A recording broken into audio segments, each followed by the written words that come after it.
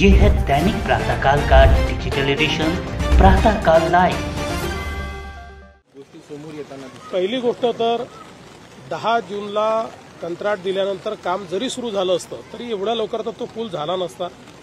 याच्यामध्ये जिल्हाधिकाऱ्यांनी हा जो पूल आहे हा धोकादायक आहे अशा प्रकारची घोषणा केली होती। गावकऱ्यांनीही तिथे पाटी लावली होती की हा पूल धोकादायक आहे। दुर्दैवाने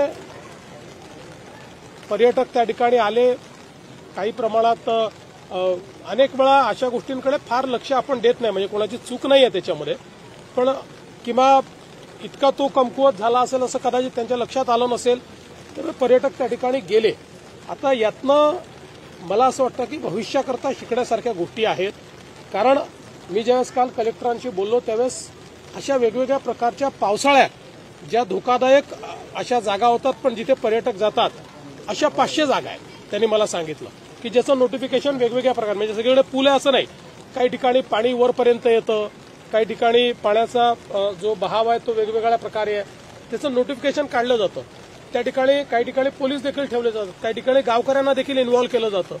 पण हे अधिक सजगतेनं आपल्याला करावं लागेल, कारण हे महिन्या 2 महिन्यापुरतं स्पॉट्स वल्नरेबल असतात, पण तिथल्या सौंदर्यामुळे लोक त्या ठिकाणी जात असतात, तर त्यांना कसं सुरक्षित ठेवता येईल हा प्रयत्न आपल्याला करावा लागेल। त्या दृष्टीने निश्चित मी जिल्हाधिकाऱ्यांनाही सांगितलेलं आहे की भविष्यामध्ये अशा घटना होऊ नये याकरता अधिक आपल्याला त्यात काय काळजी घेता येईल।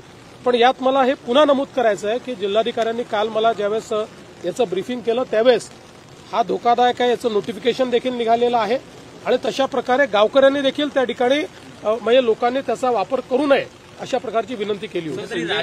पत्र दाखवले रवींद्र चव्हाणांचं की 80,000 रुपये या पुलासाठी मंजूर करण्यात आले, आणि त्याच्यावरून आरोप केले की जर हे पैसे मंजूर केले तर खर्च का झाला नाही। असं आहे, काही लोक देशाच्या सेनेवर आरोप करतात, देशाच्या शौर्यावर आरोप करतात, त्यांना गल्लीपासून दिल्लीपर्यंत फक्त आरोपाचं पडलं, आणि अशा लोकांना उत्तर द्यायला बसलो नाही येते।